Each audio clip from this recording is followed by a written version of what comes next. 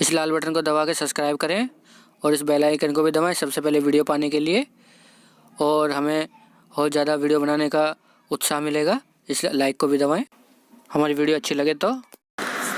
दोस्तों, मैं पंकज दवानिया। इस वीडियो में आपको मैं दिखाऊंगा कि ये इंजन साउंड कर रहा है, कैसे कर रहा है और क्यों कर रहा है।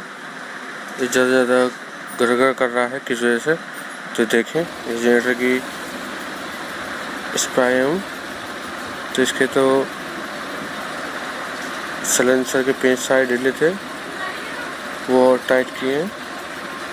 और ये देखें, डीजल भी इसी तरीके से टपक रहा है, तो ये माइलेज नहीं दिखाएगा कुछ भी।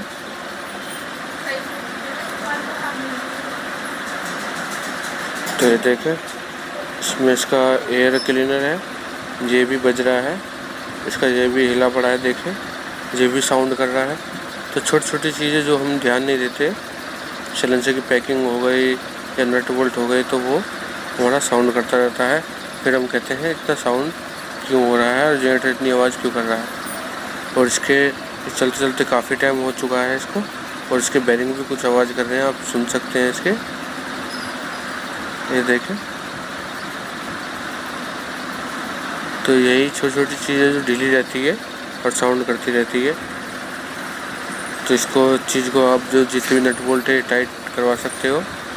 और जो ज़्यादा टाइम हो गया है तो इसके बेरिंग होते हैं, इसमें बेरिंग वाला है ये, तो आप बेरिंग भी चेंज करा के साउंड कम हो जाएगा, जिससे कि आपका इंजन ज़्यादा आवाज़ नहीं करेगा।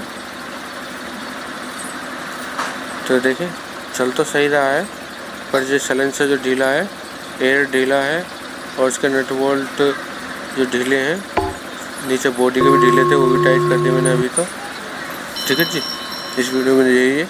वीडियो देखने के लिए